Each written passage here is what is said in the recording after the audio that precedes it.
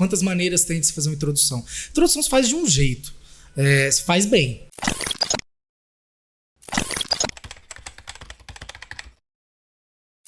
Boa tarde! Começa agora mais um Chá de Redação. Eu sou Rayane Oliveira, eu sou tutora de Ciências Humanas do Chique Quadro, e eu tô aqui com o Pedro. O Pedro é o braço direito, né, na nossa área de redação. Ele tá vindo também fortalecer a nossa área de literatura, né? Fala aí, Pedro. Oi, gente, tudo bem? Tô aqui. Hoje a gente vai fazer um podcast bem legal para vocês. Espero que todo mundo goste. E o convidado de sempre, mas muito especial, é o Baltazar, né? O Baltazar é o nosso coordenador da área de redação. O Baltazar também opera em vários outros aspectos da nossa área de linguagens, né? Também ajudando no português, interpretação de texto. Né? Isso mesmo. Bem-vindo, Baltazar. Obrigado, gente. Boa tarde. Hoje a gente tá em novo horário, né? Tá em novo horário. O que aconteceu ontem mesmo? Então, gente, ontem a gente teve um probleminha técnico aqui em Belo Horizonte, na rua mesmo onde o quadro tá localizado. Então a gente ficou sem internet e por conta disso preferiu passar o podcast pra hoje para que vocês possam assistir ao vivo. Então, já tô dando oi pra todo mundo aí do chat. Fiquem à vontade para mandar as perguntas que a gente vai respondendo por aqui e vamos revelando aos poucos qual que é o tema para surpreender. Eu tô nem olhando pra cá pra não ver qual que é o tema, né, da semana que fica aqui no computador. Isso! Porque a gente vai começar, na verdade, em vez de apresentar o tema, eu quero que a gente faça uma retrospectiva, Balt. Qual que foi o último episódio do nosso podcast? Então, Rai, a gente estava falando sobre tirar as notas, né? Você chegou a ver esse, Pedro? Não.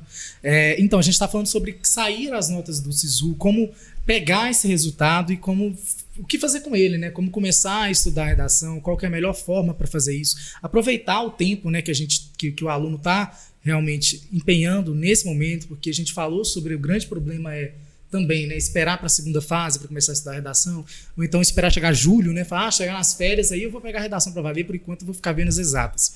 Então a gente falou sobre tudo isso. E sobre como se preparar também, né? Porque não só de interagir com a nota, mas também de pegar, a partir dessa nota, um planejamento para o futuro. Então, o Balt também ajudou a vocês se organizarem, né? Como se preparar mesmo, como que a gente já tinha feito também nos outros podcasts. Então, se você está começando seus estudos agora, da área de redação ou dos estudos como um todo, volta nos nossos podcasts anteriores, pega essas dicas e vem com a gente nesse podcast, que hoje o tema tá super legal. Preparado? Antes de você falar, eu quero só falar uma coisa. Pois é, gente, a gente tá com vários podcasts muito bacanas e esse já é o 7º, não é? Acho que sim, 7º. A gente tem 6, né, que estão aí disponíveis para vocês, editadinhos, bonitinhos, tem lá minha carinha, toda fofa, e tem vários conteúdos. Às vezes vocês acham que é realmente só um bate-papo, só uma coisinha, e não. Dentro desses bate-papos, que são super divertidos, a gente fala sobre aspectos muito importantes da escrita textual e que às vezes levariam semanas para vocês entenderem de uma forma tão leve. Então é muito importante dar uma recapitulada mesmo para a gente se inteirar nesses assuntos e seguir adiante, né? Exatamente, e a gente está aqui para ajudar, então a participação de vocês é sempre muito bem-vinda. O tema de hoje, inclusive, contou com a ajuda de muitos de vocês aí que já assistiram o nosso podcast. A gente está sempre perguntando para vocês sobre o que vocês querem que a gente diga. Então, por exemplo, agora é uma boa chance, deixem nos comentários, ou então vão lá no Instagram do quadro, né, que é Quadro EAD, e coloca pra gente como mensagem uma coisa que você gostaria de ver aqui no chá de redação, beleza? Então, agora que a gente já falou do último podcast, vou revelar o tema de hoje. Olha, a gente pensou que a melhor forma possível é dar um passo de cada vez, certo? Para construir essa redação. Então, a gente vai começar, na verdade, com uma sequência de podcasts. Esse que vão... tipo uma trilogia. Exatamente. Acompanhe o primeiro, o segundo e terceiro e muito mais. Harry Potter. Nós vamos chamar de passo a passo da redação. E hoje nós vamos falar do começo, né? Introdução. Gente, a introdução, ela é super, super, super importante. E eu sei disso e olha que eu nem sou da área. A introdução, ela vai ser como você vai começar seu texto. E também é a primeira dúvida que vocês têm, né? Porque uma pessoa que não tem muita experiência com a estrutura textual, uma pessoa que tá aí começando, ela ainda não tem uma noção clara de como é a melhor forma de começar esse texto. Então, vem com a gente, que hoje a gente vai fazer várias perguntas pro Balt para poder, né, esclarecer tudo isso. Vamos lá, Pedro. Primeira pergunta. Bom, a gente foi coletando perguntas de monitoria, perguntas que aparecem o tempo todo nas dúvidas de redação, e vamos perguntar para o nosso grande especialista da área. Começando por... a Rai já falou um pouquinho, mas qual a importância de uma introdução bem escrita? Isso é bom. Isso aí não é só para redação, né? Tudo que vai se fazer, tudo que vai não só escrever, mas como vai mostrar, por exemplo, uma publicidade, por exemplo. Quando bate a publicidade assim, a parte mais importante é a primeira, é a que vai cativar a atenção, né? E também acho que em filme geral também, né? O primeiro filme sempre é mais legal do que o segundo e o terceiro. Não Então, vai ser assim no podcast. espero que não. Estamos aqui tentando para isso. Mas a introdução, ela tem um aspecto, assim, acho que até meio psicológico. Talvez eu esteja viajando muito aí de expectativa, de esperar algo que vai por vir, que estará por vir. E não só para quem está escrevendo, mas para quem está lendo também. Isso é uma coisa muito importante de falar. E a introdução é um momento que eu geralmente falo assim, que é onde que vai começar a limpar os olhos do corretor. Pedro é corretor, eu também sou corretor de redação, a gente sabe o quanto é complicado e realmente cansativo corrigir, sei lá, 30, 40 redações por dia. Né? No caso do Enem, por exemplo, as pessoas que corrigem, os corretores, eles têm 100 redações por dia para corrigir. É muita redação, é mais ou menos 3 a 5 minutos por redação. Então a introdução é a hora que o aluno vai mostrar ali para o corretor que ele é diferente. Então tem que ter uma técnica diferente. Né? Então a introdução é assim, primordial, cara. Tipo assim, se você chegar a ler uma introdução fajuta, clichê, faltando pedaço, você já chega na introdução, está faltando, sei lá, uma tese bem desenvolvida.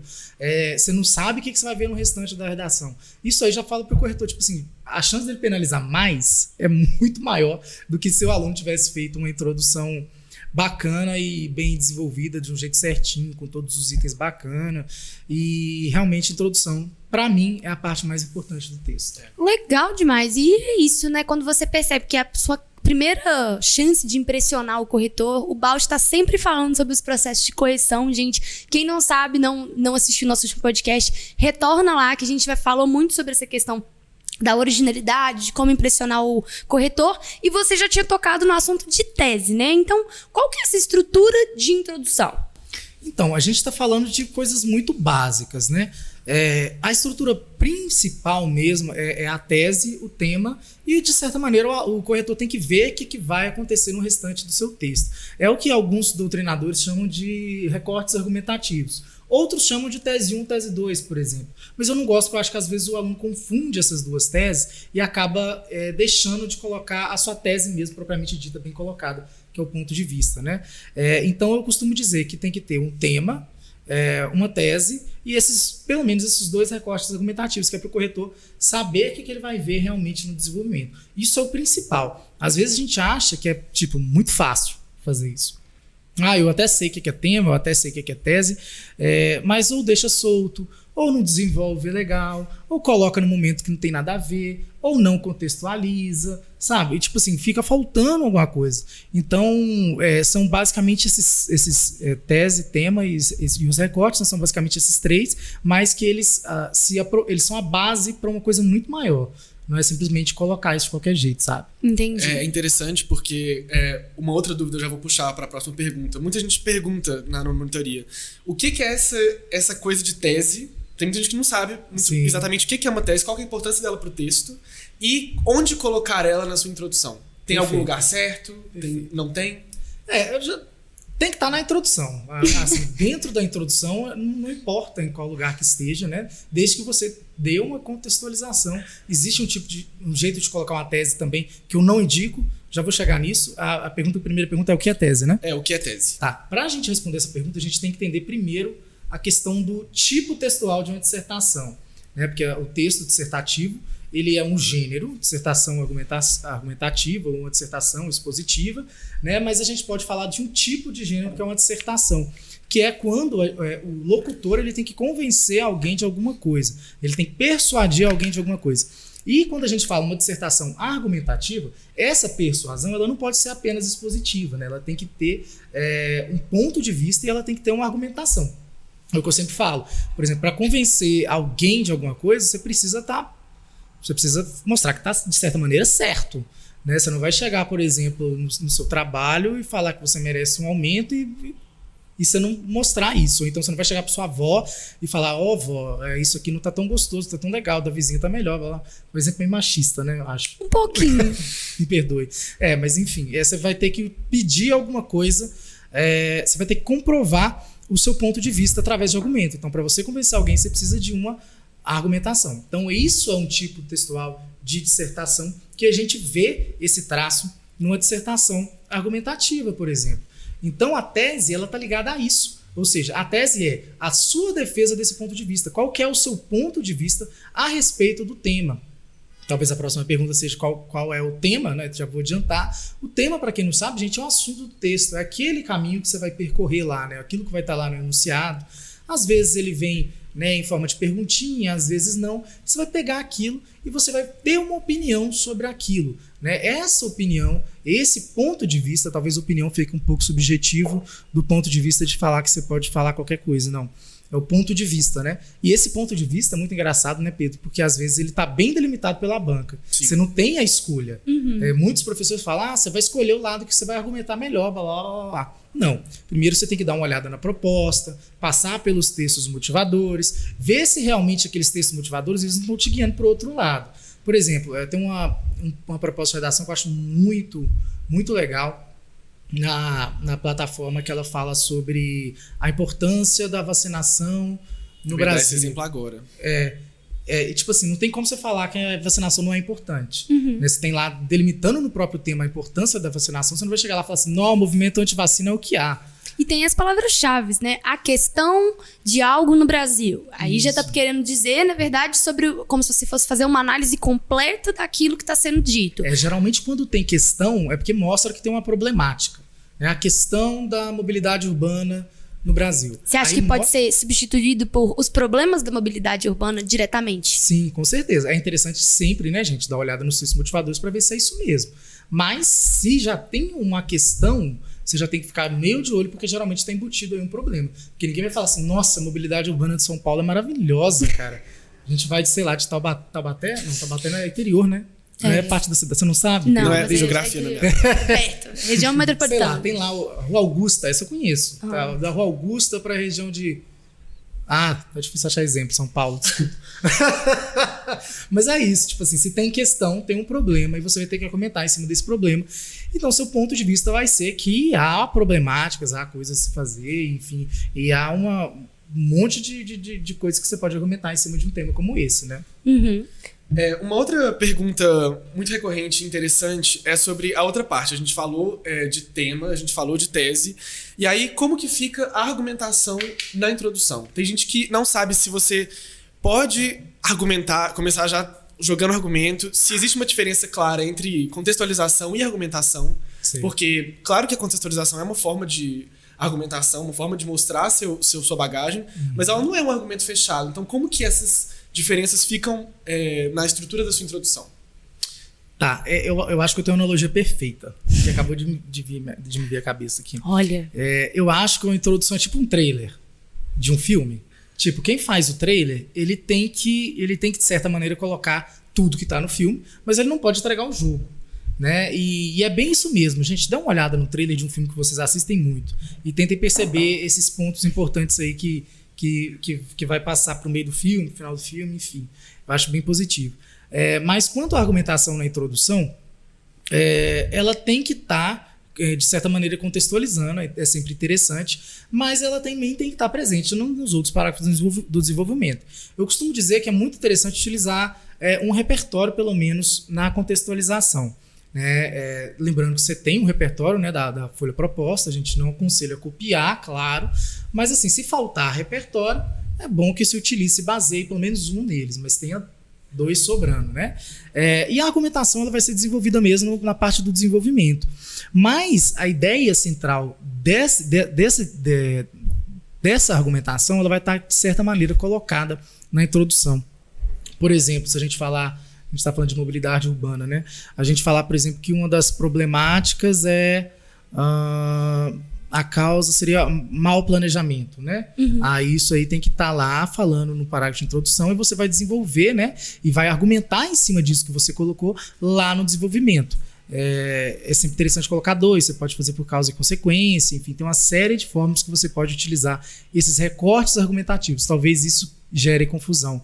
Né, usar essa definição, recortes argumentativos, as pessoas podem achar que é puramente uma argumentação, mas não é. É só uma ideia mesmo que você vai desenvolver no seu desenvolvimento e lá você vai colocar os seus repertórios, sua argumentação, tudo bonitinho, para suportar seu ponto de vista. E o ponto de vista também não fica. Eu estou entregando, o próximo episódio provavelmente vai ser desenvolvimento, né? Estou entregando o que vai ter no desenvolvimento. Mas enfim, então é isso aí. Semana que vem a gente surpreende. Pode ser que a gente não faça o desenvolvimento. Porque tem que ser óbvio que nós vamos seguir numa linha, tá vendo? Não pode lançar trilogia. Então semana que vem, conclusão. A gente vai vendo, a gente vai vendo. Isso. Mas eu acho muito interessante uma coisa que você falou. Isso de... né, o exemplo que você deu da mobilidade. A mobilidade urbana, a problemática da mobilidade urbana está relacionada ao mau planejamento. Isso seria uma tese. Às vezes, né? Assim, isso é a sua tese do texto. Se você... Porque tem gente que... bancas não, professores que indicam às vezes fazer tese dupla. Isso é uma outra questão recorrente nas monitorias. Será que vale a pena você tentar fazer uma tese dupla? Vai dar tempo de argumentar sobre as duas coisas que você falar no resto do seu texto? Às vezes a banca não permite também, né? Muito isso. Às vezes é bem direcionado e tudo mais. Você pode utilizar causa, por exemplo, né? Mas eu não indico muito não, eu sempre indico mais ou causa e consequência ou então duas consequências dessa problemática, né? Quais serão os efeitos dela na sociedade, por exemplo, que a gente está falando aqui. E é isso mesmo, essa frase aí, quando você mostra a problemática, você está demarcando o seu ponto de vista, que é muito interessante, porque às vezes o aluno acha que o ponto de vista dele está bem delimitado e não está, né? Precisa realmente colocar certas palavrinhas, por exemplo, é imprescindível modificar esse cenário, blá, blá. Tudo isso aí mostra realmente qual que é o ponto de vista do aluno acerca daquela problemática, tá? Então, gente, sempre tenta ser o mais direto possível, tá? Não tenta fazer coisas obscuras, sabe? Muito por baixo dos panos e tudo mais. Isso é característica de outros gêneros textuais. A gente está falando de uma dissertação, ela tem as regras bonitinhas, vocês conhecem as regras dela. Ela não tem forma, mas ela tem uma regrinha bonitinha lá, tá? Agora, uma outra pergunta interessante, pra gente já ir fechando esse bloco das perguntas mais técnicas. Existem tipos de introdução e quais são eles, se existirem, assim? Tipos de introdução? Ah, sim. Tipos de introdução. Entendi. Então, é muito famoso, a gente vê em vários blogs, em várias coisas, 6 tipos de introdução, 8 tipos de introdução, mas o que ninguém fala é que às vezes eles fazem isso para ter um número certo. Por exemplo, eu tenho 6, não, eu tenho 10 tipos de introdução. Aí quando você digita lá no Google, tipo de introdução, você vai ver lá 10 tipos de introdução, 8 tipos de introdução, 6 tipos de introdução, você vai clicar naquele que mais te chama atenção. Então, há essas formulazinhas, sabe, de quais são quantas maneiras tem de se fazer uma introdução. A introdução se faz de um jeito, se faz bem. Agora, como você vai chegar nisso, aí é com você. Existem algumas regrinhas que a gente coloca, né? Que, por exemplo, eu acho isso muito interessante, porque você tem que... Qualquer assunto que você vai abordar, você vai conversar com a pessoa, é muito deselegante você chegar assim e falar, pá, de uma vez. Então, você tem que chegar contornando, principalmente se for um assunto complicado, né? Então, esse contornar, esse meio que um flerte, acho que é um flerte entre o corretor e o aluno. Cheio das analogias. Olha. É um flertinho. É como se fosse uma dança do acasalamento. Animal, entre o corretor e o aluno. Não ficou legal isso, não. Mas, enfim, aí tem que ter esse momento antes de colocar a tese ou o tema, que é o que você chamou mais cedo, por exemplo, de contextualização. Isso é muito importante, porque você está preparando o terreno, né? E quando se faz isso, existem diversas maneiras de fazer isso. A maneira que eu mais gosto, que eu sempre indico, que eu acho mais fácil, que eu utilizei, foi, por exemplo, a alusão histórica. Sabia. Melhor maneira de introduzir tudo é contextualizando historicamente, gente. Exatamente, perfeito. É isso mesmo. Você vai mostrar que alguma coisa aconteceu no passado que desencadeou naquilo, por exemplo, ou você vai mostrar que aquilo já aconteceu no período anterior, já aconteceu num tempo e que é um fato facilmente comprovado, porque, tipo assim, é história. Né, ditadura militar, gente, é histórico. Não tem como fugir disso, né? A gente tenta modificar as nomenclaturas, a gente tenta tirar do vestibular, a gente tenta tirar dos... A gente é muita gente. Exatamente. Eu também concordo. A gente não está incluído nesse agente, é isso. Tenta-se apagar certas coisas da história, mas é de conhecimento público notável e tipo assim, é um fato facilmente comprovado. A ditadura militar existiu, ela matou muita gente, muitas coisas aconteceram nesse período e isso feriu diversas coisas. Por exemplo, ditadura militar você pode utilizar para contextualizar, por exemplo, a importância dos direitos humanos, se for o tema, né? Porque os direitos humanos foram por fato comprovado, que foram violados. Né? Então, assim, são coisas, períodos históricos, coisas que aconteceram na história, que vão te ajudar a contextualizar o tema, a contextualizar a tese. E isso tudo vai te dar, vai dar ao corretor, ele fala assim, nossa, olha que legal, ele está usando ditadura militar. Então, você já vê que esse aluno é, antes de mais nada, inteligente no sentido de interdisciplinaridade. Né? Ele está utilizando conhecimentos que ele aprendeu lá na disciplina de história. Então isso aí já é um ponto muito positivo, principalmente nas bancas mais reflexivas e na banca do Enem também. Né? Aí você vai perceber que o aluno, além disso, ele soube selecionar, que isso é muito importante também, soube selecionar o período histórico, o período que é coerente, mas ele soube relacionar isso muito legal com o que ele estava querendo dizer. Isso é mais pontinhos aí que vai limpando, é cada gotinha do colírio aí que vai limpando os olhos do corretor. Né? Então isso é extraordinário, é o jeito que eu mais gosto. E sem contar que é o jeito mais fácil também, porque você estuda história, você já tem essa bagagem toda.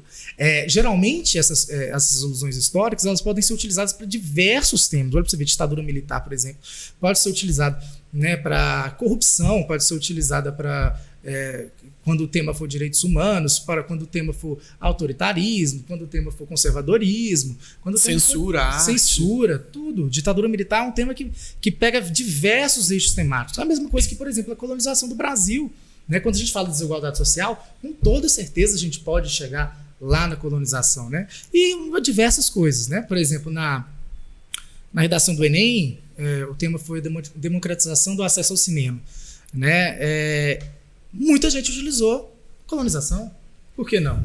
O povo não tinha dinheiro para ir no cinema porque há desigualdade social no país. Se há desigualdade social no país, não tem dinheiro para ir no cinema, que é uma coisa supérflua, né? Entre aspas, assim, no sentido de gastos. É uma coisa que fica para além dos gastos básicos. Então esse é o tipo... Viajei, né? Não, esse é o tipo... É o favorito do Balt, mas só pra lembrar, ele falou que vários tipos de introdução são aceitos. Ele vai falar um pouquinho de outros. Mas a gente tá apontando aqui realmente salta aos olhos, que é interdisciplinar, né? Porque é alusão histórica. Só que, Balt, eu sei que pra fazer alusão histórica também não basta simplesmente você falar assim, ditadura militar. É legal você colocar, lógico, a localização. Então, principalmente Brasil, tem que estar explicitado que aquilo é uma coisa que aconteceu nesse território. E quando, né? Que eu, que sou professora de história, eu sei, gente. Isso não existe contextualização sem quando nem onde. Então, a gente, se você não tem certeza dessas informações, tenta ir pela década, às vezes até o século, se for um evento mais distante, de preferência colocar a parte do século no final Primeira do século. metade, segunda metade, sempre cabe, né? Se não souber, aí é interessante colocar qualquer demarcação de tempo, né? O que não pode deixar é solto. Né? Por exemplo, você não sabe a data, ou qual década, ou em qual século, mas você coloca aí um advérbio de tempo aí para mostrar que pelo menos foi há algum tempo, né? Por exemplo, sei lá. Mas sempre tem que ter uma demarcação de como. E é muito importante também uma coisa que é fundamental aí para quando se fala em repertório, que é sobre detalhamento. Né? Você mostrar que você tem certo detalhamento desse assunto, não é só citar o nome, o que aconteceu, por exemplo, mas dar uma contextualização, igual a Rai falou mesmo, né? Falar sobre esse período, como que as coisas eram. Era conservador por quê? Né? O que tá pegando lá? Então isso é muito importante, a questão do detalhamento. Não demorar muito também, gente. Passou de 2 linhas, não precisa mais, tá? Aí você já vai estar extrapolando. Aí vai ficar... Quantas linhas mais ou menos tem que ter uma introdução? Introdução de 4 a 6, assim, não tem forma, né? Mas geralmente é o que se pede, 4 a 6. Eu gosto de 6, porque eu acho que é um parágrafo bem importante, né? E dá para desenvolver, por exemplo, esse repertório, essa contextualização em 2 linhas, e nas outras 4 você faz todas as paradinhas do tema, tese, blá, blá, né? E é muito importante a gente ressaltar que os parágrafos, isso quase nenhum professor fala, e eu fico chocado. Eu não sei se é porque eu coloco muita importância em pequenos detalhes, não sei. Mas, gente, parágrafos tem que ter mais ou menos o mesmo tamanho. Você não pode colocar um parágrafo de 4 e outro parágrafo de 8. Né? Isso aí fere o quesito coesivo e fere o quesito do gênero. Né? As coisas têm que estar uniformes ali numa dissertação. E isso para qualquer dissertação, argumentativa, expositiva, faculdade, dissertação é assim. E não só dissertação, acho que qualquer gênero assim, ele tem que ter uniformidade. Assim, de quando você olha, tem que estar, né, bonitinho lá. As manchas do texto, né, muito, muito similares. Agora, os outros tipos, né? Isso. Deixa eu só beber uma aguinha. Não, fica à vontade. Mas aqui, só para lembrar, eu acho que é sempre bom a gente ressaltar, né? O Balt já falou, não existe, gente, uma fórmula pronta. igual ele falou, existem elementos que não podem faltar numa introdução e formas de você fazer isso. Mas não existe uma fórmula pronta, que você vai simplesmente adicionar e trocar de tema. Né? A fórmula é meio para desesperados, sabe? Tipo, você tá um mês antes do vestibular e você não tem a mínima noção, e aí realmente talvez a fórmula te ajude a alavancar aí a sua nota. Mas para tirar acima de 800, por exemplo, é preciso ter um treinamento, originalidade, não adianta autonomia. Você chegar um mês antes e cair nessa história desses professores, cursinhos que às vezes vendem o peixe de uma fórmula mágica para tirar quase 1000. Tem alguns que prometem 1000 na redação em 2 meses. Não cai nessa furada, né, Balt? Sinceramente. Eu tenho um e-book, sabe? Como tirar 1000 na redação. Tire 1000 na redação agora. Mas Olha. assim, gente, tirar 1000 é uma coisa muito complicada, a gente já falou, né? Isso aí é mais estratégia de marketing mesmo, para chamar atenção, né? Lá no próprio e-book mesmo eu dou técnicas de treinamento e tudo mais, é mais para chamar a atenção. Realmente 1000, a gente já viu aqui, é 1%, né, Rainha? 1% das pessoas que fazem o Enem. É muito complexo. No entanto, 980, 960, 940, 920, a gente tá cheio aí, viu? É só olhar o Instagram aí que tá bombando. Mas beleza, então vamos voltar para a introdução. Aí existem outros modelos aí. Um bem legal também, mas que eu, por falha de cabeça, porque eu sou realmente péssimo de memória, eu nunca vou conseguir fazer, que é o de citação. Que também é parecido quando a pessoa... Citação vale ser uma autoridade. Como eu posso citar, talvez, por exemplo, um vocabulário. Eu posso citar um dicionário. Você falou, Aurélio define... Tananana. Esse já cai em outro tipo, na verdade. Então não é a mesma coisa. Não. Quando se fala em autoridade, alguém que tem... uma pessoa, uma persona, que tem autoridade para falar sobre determinado assunto. Por exemplo, Martin Luther King tem autoridade máxima para falar de racismo, por exemplo, né? Gandhi para falar de paz, né? Uma pessoa muito, muito forte. E várias Madre Teresa de Calcutá, não sei. Pra falar de revolução pacifista. E Madre de Calcutá pra falar da filantropia, de ajudar os pobres. Bauman tem autoridade para falar sobre as relações modernas. Isso. Enfim, aí uma série de coisas, né? Hannah Arendt também tem, né? Daí ela já tem autoridade pra falar o que ela quiser, tá, gente? Educação, ela também fala de autoritarismo, Paulo ela vai falar Freire sobre democracia tem e liberdade. Pra falar de educação, veja bem que ponto entramos. Paulo Freire, muito importante. E ele tem autoridade para falar de educação, um dos filósofos na área de educação mais famosos do mundo. Do Brasil é o disparado mais importante. Só para vocês terem uma ideia, eu tive uma professora que tentou achar um livro dele na biblioteca de Nova York. Não achou. Ele tinha várias prateleiras lá só para ele e não achou nenhum livro dele, porque eles estavam todos sendo utilizados. Então, assim, é um pensador inacreditável. Ele, Boal, são pensadores muito... Boal mais pro teatro, né? Teatro do oprimido, fala de opressão e tudo mais. Mas são pensadores mundialmente conhecidos e brasileiros. Importante. Falar. Então, na citação, eu posso... Viajei de novo. Isso, mas aí voltando só de leve aqui, ó. Ele tá falando da citação de autoridade. Então, você pode usar qualquer uma dessas autoridades, ou seja, pessoas que fossem reconhecidas. Lembrando que a gente já disse no repertório sociocultural, né? Falou do repertório filosófico, eu e Pedro. Não adianta também, gente, você citar sem falar quem é essa pessoa. Muitas vezes, o corretor vai ter até que ver o nome e procurar, porque ninguém é obrigado a saber todo o nome de sociólogo, nem é obrigado a saber quem que é psiquiatra de tal. Então ele vai precisar saber se você está sabendo que essa pessoa é realmente uma autoridade, e ele tem que ter como comprovar. Então quando ele pesquisar, ele vai ter que ver, não, isso aqui é um psiquiatra. Igual o aluno colocou na redação, ótimo, ele é de tal período. Então ele é importante neste período, mesmo que ele não seja talvez tão reconhecido hoje, né? Porque tem muita gente também que desenterra umas pessoas, assim. Né? Tipo assim, tem certos argumentos que eles não estão bem encaixados, né? E se citar uma citação e não falar quem falou, não dá. Disse o filósofo, 2 pontos. Quem? Quem? Por favor. Aí mostra realmente que você não sabe, é melhor você nem colocar. Né? E existem, é bom falar isso, existem 2 formas de citação, né? Citação direta, e a citação indireta. A citação direta é que você vai utilizar ela na íntegra, né? Eu não consigo de jeito nenhum, gente. Se vocês aí têm uma memória fotográfica, enfim, qualquer coisa do tipo que lembre exatamente como que aquela pessoa falou aquilo, é muito importante também tomar cuidado com a tradução, se for pessoas estrangeiras, não ficar confiando, né, nesses sites aí. Eu não vou dizer o nome, porque talvez pode dá problema. Vocês sabem quem são. Mas esses sites aí que qualquer um modifica, enfim, o conteúdo é muito fácil. Então não confia não. Vamos pegar uma edição publicada de uma editora que você gosta, aí você vai ter uma citação realmente correta. Então a citação direta, ela está falando disso. Algo totalmente igual ao que a pessoa falou. E para citar, a gente utiliza as aspas, né? Porque aí você está mostrando que você está colocando essa citação direta. A citação direta, que é a que eu mais prefiro, que eu mais gosto de fazer, inclusive fiz no da Viola Davis na redação, aí é que você pode parafrasear, né? Você pode utilizar as suas palavrinhas, você pode encaixar aquilo do jeito que você quer. Às vezes, por exemplo, você pode a citação não tenha nem tão a ver com aquilo que você está falando, mas você sabe encaixar aquilo de um jeito tão legal que fica bacana. Então, assim, essa citação direta talvez seja a coisa mais confortável a se fazer, porque realmente você vai conseguir moldar aquele pensamento para aquilo que você está contextualizando.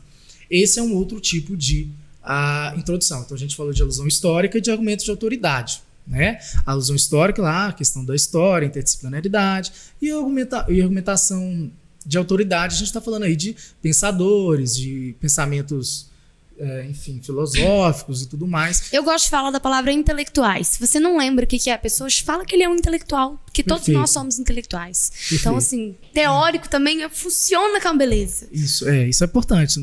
Às vezes a pessoa é tanta coisa também, né?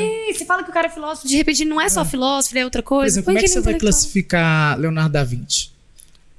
Aí eu coloco artista. Artista? Ele não foi só um artista, ele foi o artista, né? Mas ele não foi só um artista. O cara tem muita coisa dele na matemática. Cientista. Aeronáutico, ele foi engenheiro aeronáutico, um dos primeiros. Ele foi intelectual, ponto. Intelectual. Tá bom. Isso. Um gênio. Beijo, Leonardo. Disse o gênio.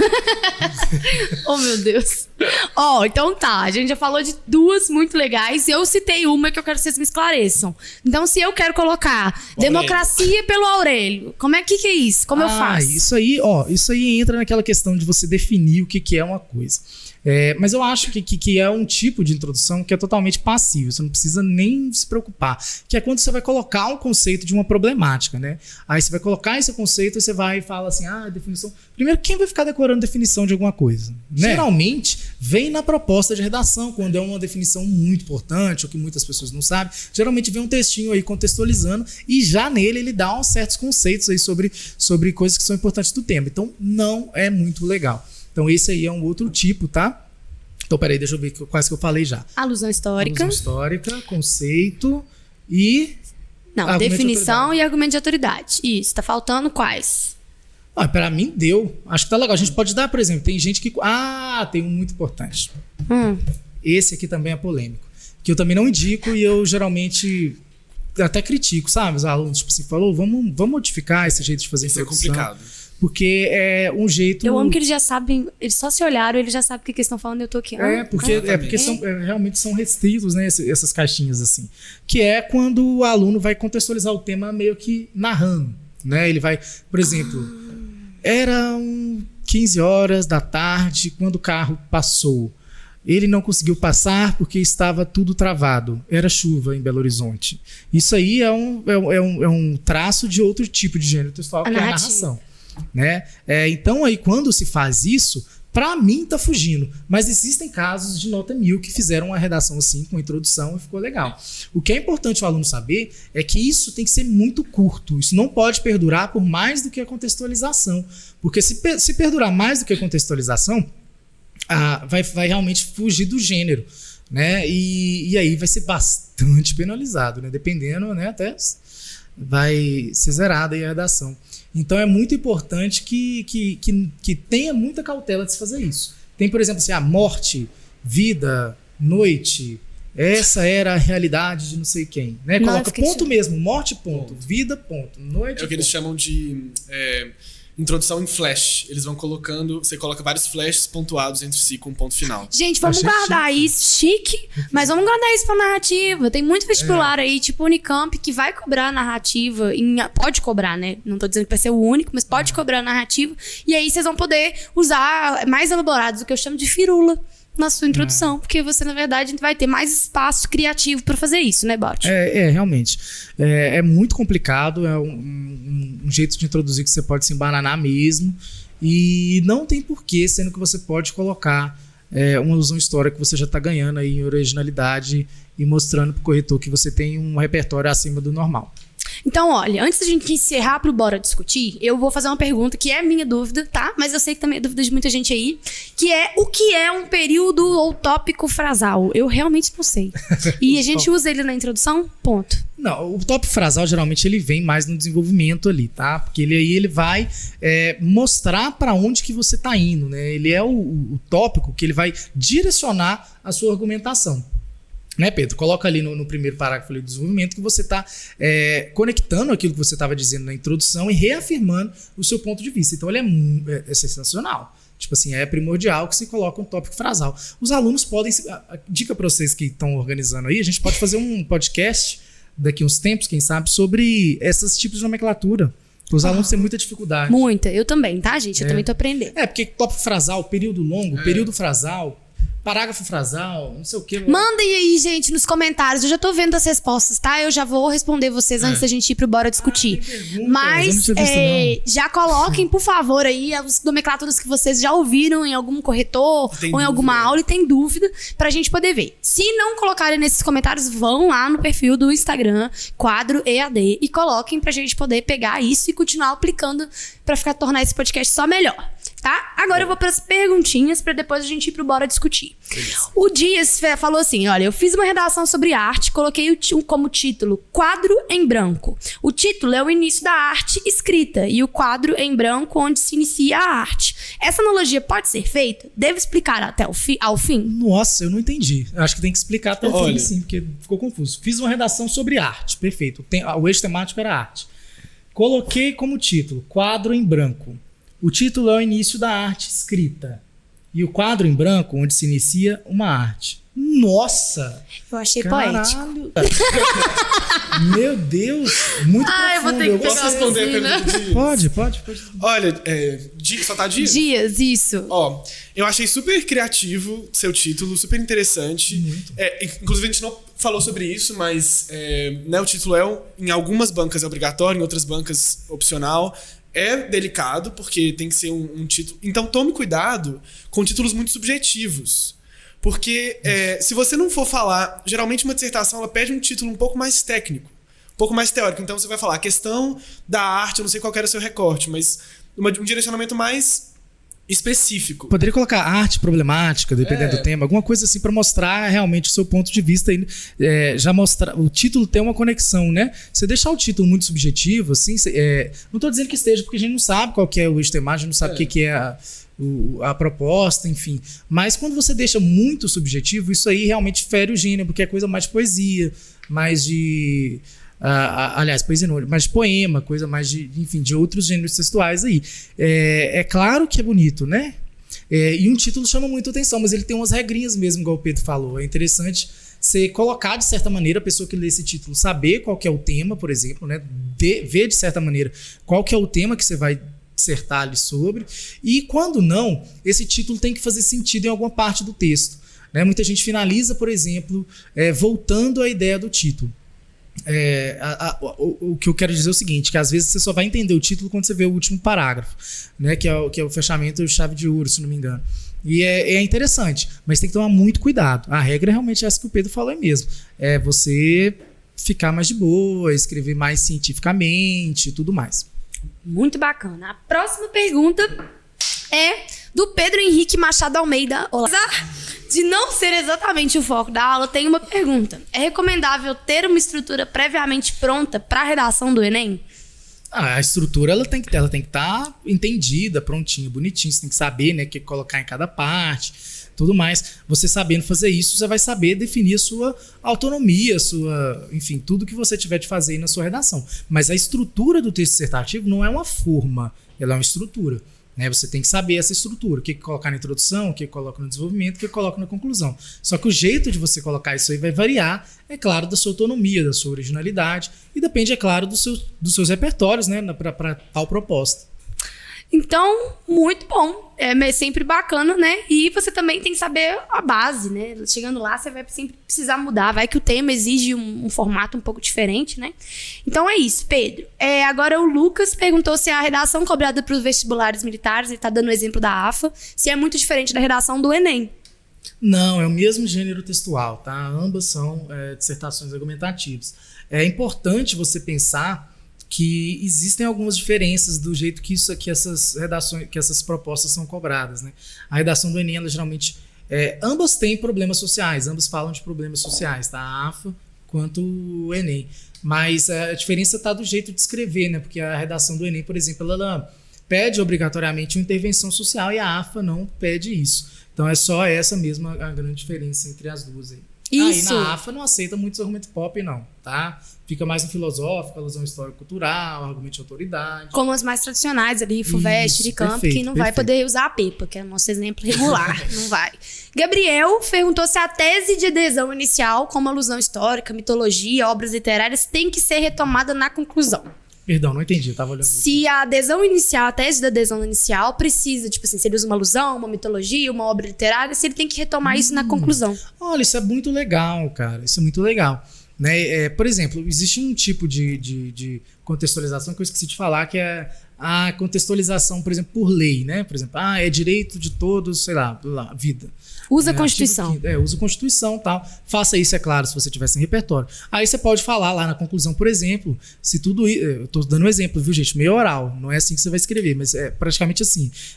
Se isso for resolvido, tal, o artigo 5º poderá ser plenamente efetivado. Alguma coisa assim do tipo, entendeu? É interessante, porque essa retomada ela pode aparecer como um resultado da sua proposta, no final, ou como uma introdução da sua conclusão. Como é que funciona isso? Você colocaria, tipo assim, tendo em vista a problemática exposta a partir de tal visão, podemos pensar em vias de solução desse problema.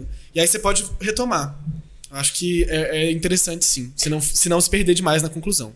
Muito bacana. E agora a gente vai para a pergunta do Marlos. O Marlos perguntou: no caso de utilizar alusões históricas para a introdução, a alusão deve ser a primeira coisa a se fazer no parágrafo? Outra pergunta dele junta: como dispor suas ideias de argumentação juntamente com a alusão que se quer fazer?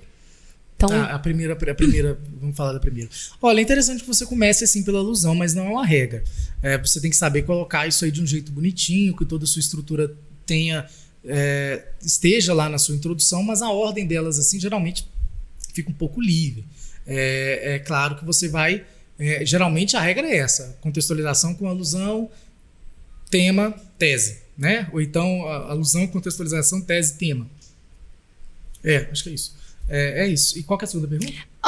Como se é alusão, contextualização, tese e tema, em qual deles onde que ele vai começar a falar dos argumentos dele, aquele recorte argumentativo? Recortes argumentativos. Então, eu geralmente deixo pro final os recortes argumentativos, porque aí é mais fácil você conectar com o conectivo do parágrafo de introdução.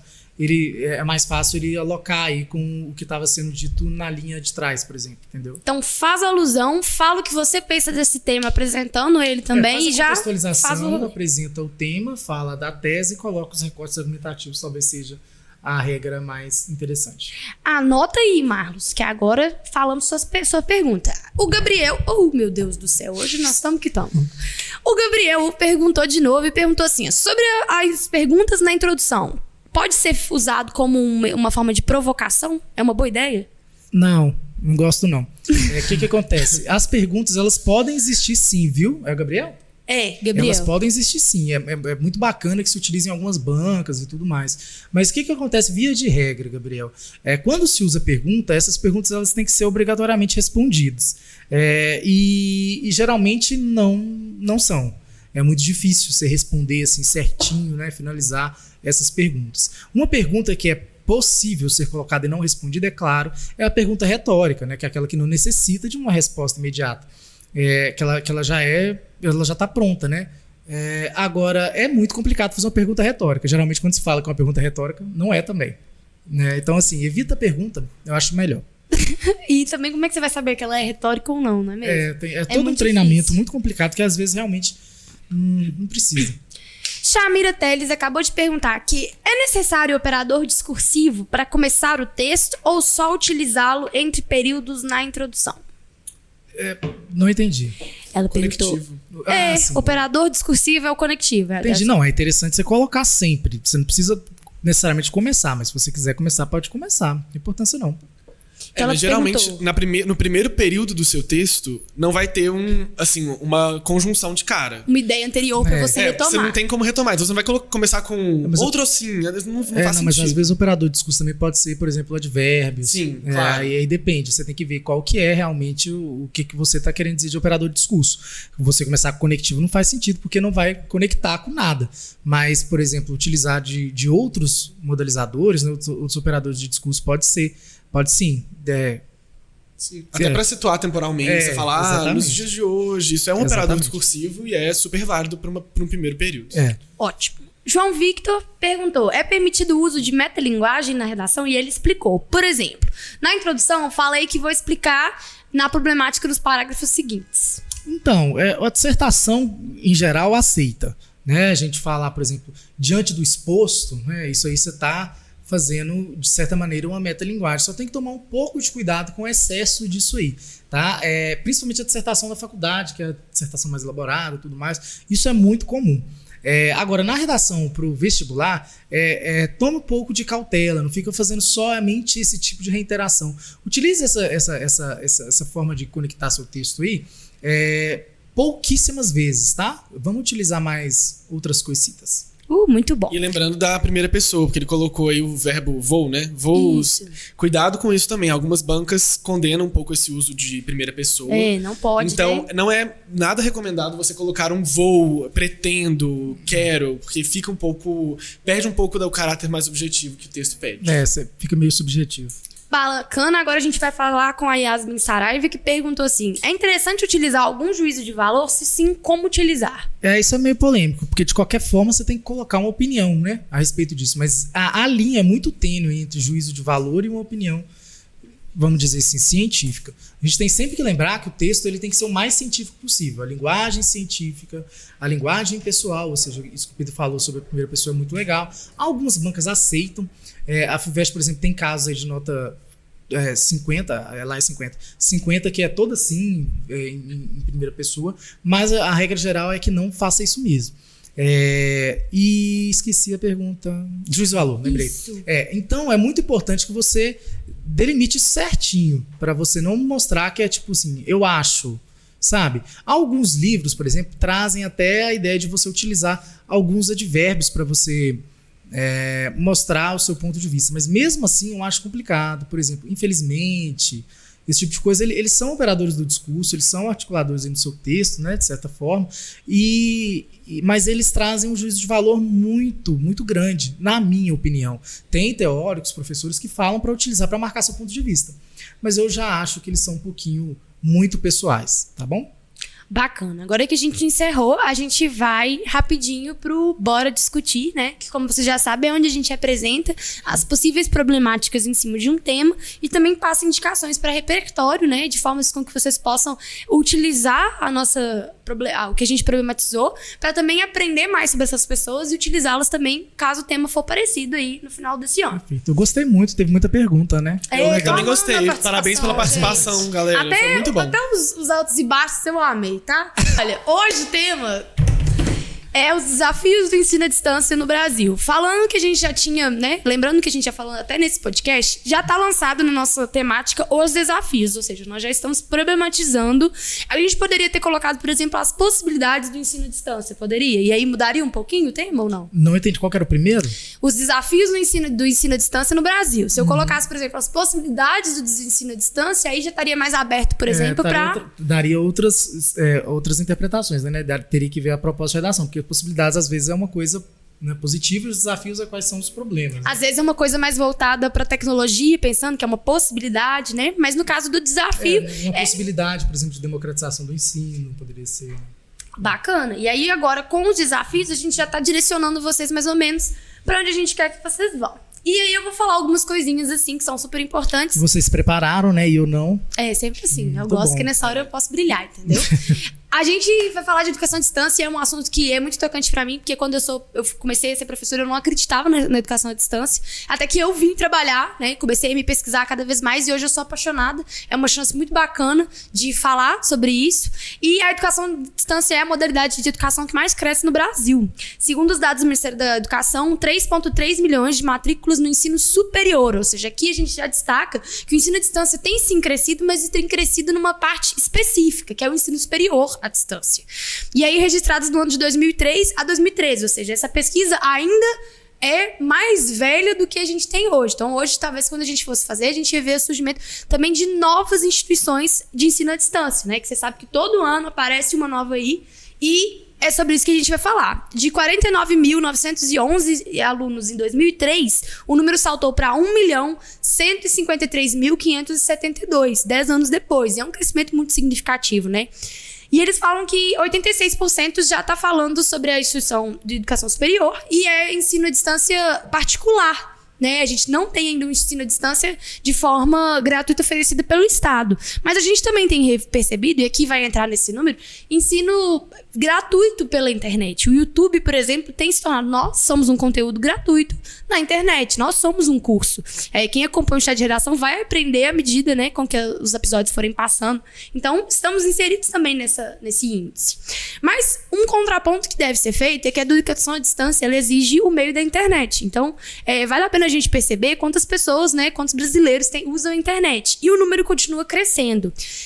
Subiu de 67% para 70% da população. Hoje, no Brasil, são 126,9 milhões de pessoas que têm acesso à internet. Nossa, mas calma, que mesmo as pessoas que têm acesso à internet têm uma divergência muito grande, gente. Muita gente acessa a internet apenas pelo telefone. Ou seja, como a gente sabe, ainda é uma internet que não tem a mesma velocidade, não tem a quantidade de recursos, porque quando você muda de aparelho, você também está tendo acesso a diferentes formas de acessar um conteúdo. No computador, você tem uma facilidade muito maior para você mexer com aplicativos simultâneos, o que não acontece no celular. Então, a gente também está falando de tipos de acesso à internet diferentes. E nesses acessos, eles falam que as pessoas acessam para notícias, mas a grande maioria está ligada a aplicativos que precisam de internet. Então, por exemplo, a gente tem o aplicativo de comida ou o aplicativo de transporte. E aí vai variar a cada região, ou seja, tem muitos aplicativos hoje, né? A gente pode citar alguns, mas a gente não vai fazer marketing para ninguém. Então, a gente não vai. E aí é interessante que, pela primeira vez, metade da zona rural brasileira, né, está conectada. E aí, esses são os parâmetros para a gente começar a analisar essa problemática. Esses são provavelmente as informações que os textos base trariam para vocês. Perfeito. Bom, quando a gente fala de desafios de educação à distância, esse que você falou é principal. Será que ela é realmente democrática? Será que ela... Porque, como a gente viu no Enem, quando a gente fala de democratização, a gente está falando de democratização para todo mundo. E a realidade é que ainda não é.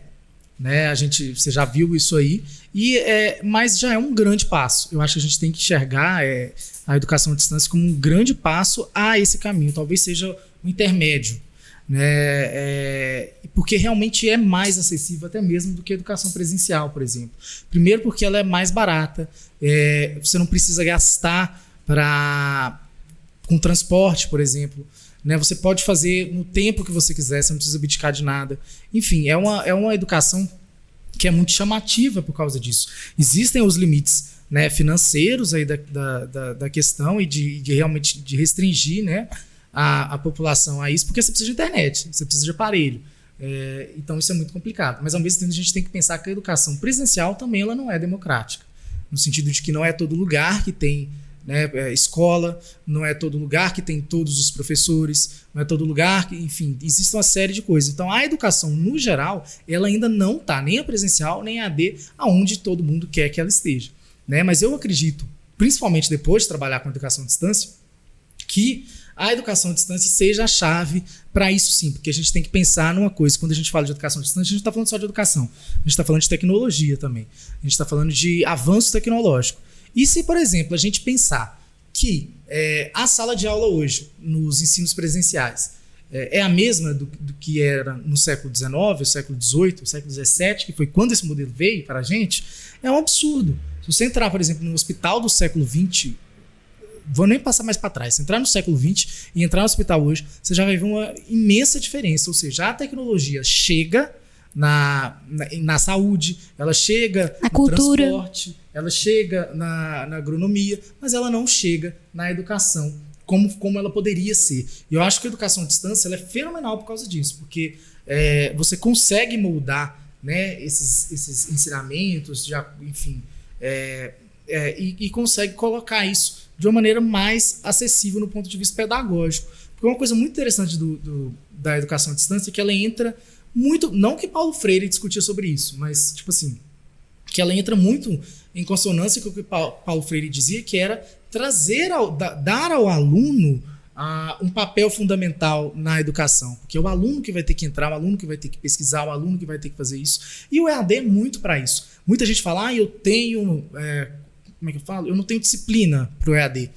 Bom, é uma coisa meio estranha, porque é um ensino como outro qualquer, você vai ter determinar um horário como qualquer outra escola, você vai gastar menos e tudo mais, e você vai ter essa autonomia na sua vida, ou seja, você está participando do seu processo educativo. Uhum. Isso aí vai muito de encontro com o que o Paulo Freire falava também, e eu acho muito legal, né, trazer isso.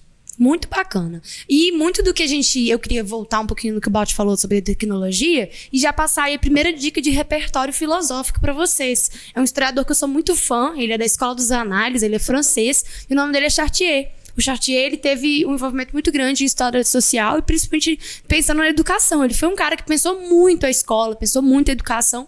E como nós ainda temos a sorte, né, de tê-lo aí por aí. Tá vivo? Eu acho que sim, mas estava há menos de 2 anos, gente. Eu vi ele ao vivo, assim, foi maravilhoso pra mim. Só se morreu agora e ninguém viu, tá? Não está vivíssimo. Não faça isso comigo, Chartier. Vai, Chartier. E o Chartier, ele vai falar que a escola, ela tá inserida no mundo social. E aí, ele reflete isso para dentro da tecnologia. O mundo social que a gente tem hoje é um mundo social digital.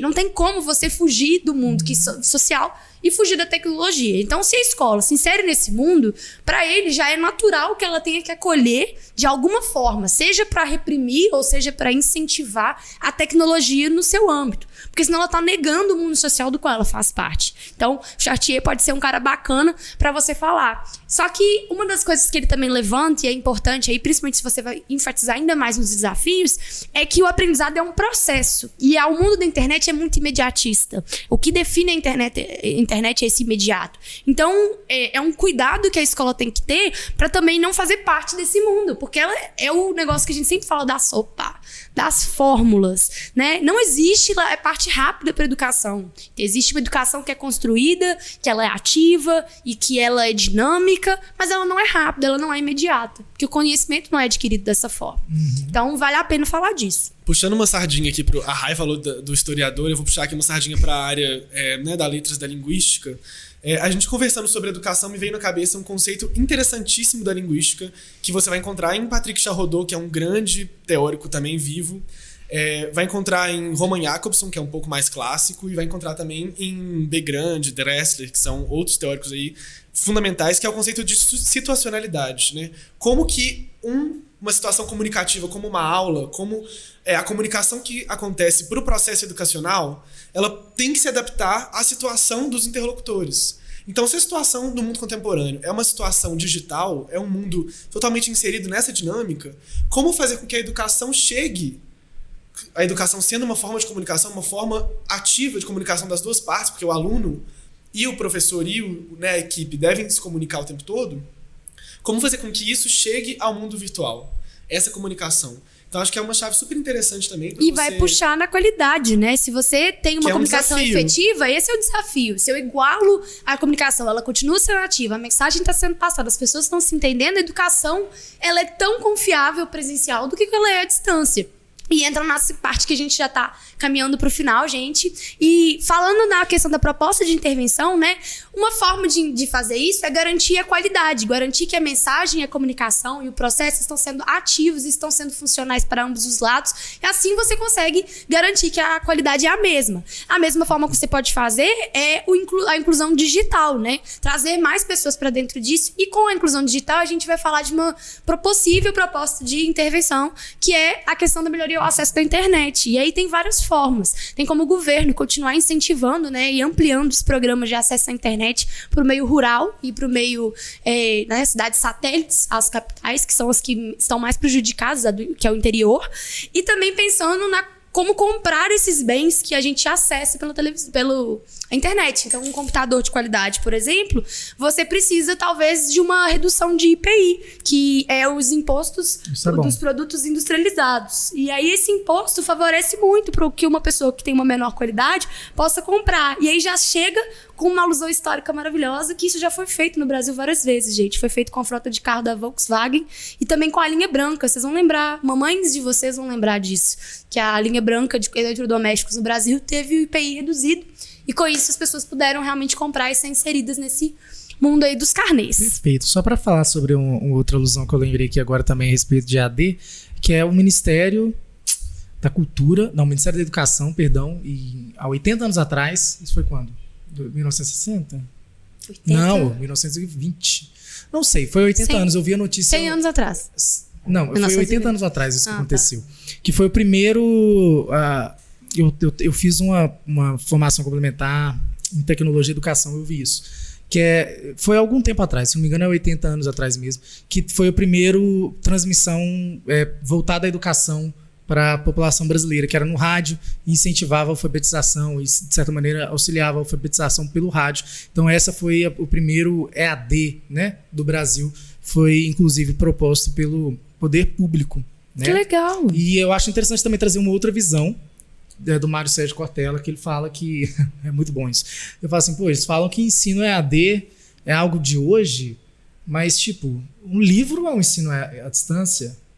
Não é? Você pega, alguém escreve, a pessoa pega aquele livro em outro lugar e lê e aprende. Não necessariamente precisa estar numa sala de aula. Se a gente pensar nisso, é uma coisa meio que milenar. Sempre reforçando que a educação não é só a educação formal, né? E a educação que não que é informal, ela muitas vezes ela conta com livros à distância. E a educação, durante muito tempo, ela não foi escola e tudo mais, foram outras coisas, né? Uhum. E educação à distância não tem crase.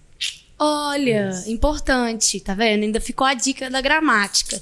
Gente, nós estamos encerrando. Foi um prazer, mas antes de encerrar, né? Claro, a gente vai ter a colher de chá, que é a dicasinha do balde de repertório da semana. Vai. Perfeito, deixa eu pensar. Ou então, eu vi um documentário muito legal, ele é todo em inglês, ele tem no Netflix, que ele fala muito sobre isso, sobre tecnologia, sobre educação, e que eu acho que é muito legal, chama Networked Society. Acho que é isso. Sociedade do Network, traduzindo. Tipo assim, A sociedade conectada. Né? É bem interessante e dê uma olhada. Infelizmente está tudo em inglês. Está em inglês e a legenda é em inglês também. Mas para quem tiver uma proficiência melhor, é legal. É bom que você já treina pro módulo de inglês também. Perfeito. Vai Linguagens. Gente, estamos encerrando. Foi um prazer ter vocês. Nós voltamos na semana que vem, no mesmo horário, não esse, 11 horas, na terça-feira, se tudo der certo. Alunos quadro, fiquem ligados aí, né? Dentro da plataforma tem sempre mais conteúdo. E para os outros, até breve. Tchau. Tchau, gente.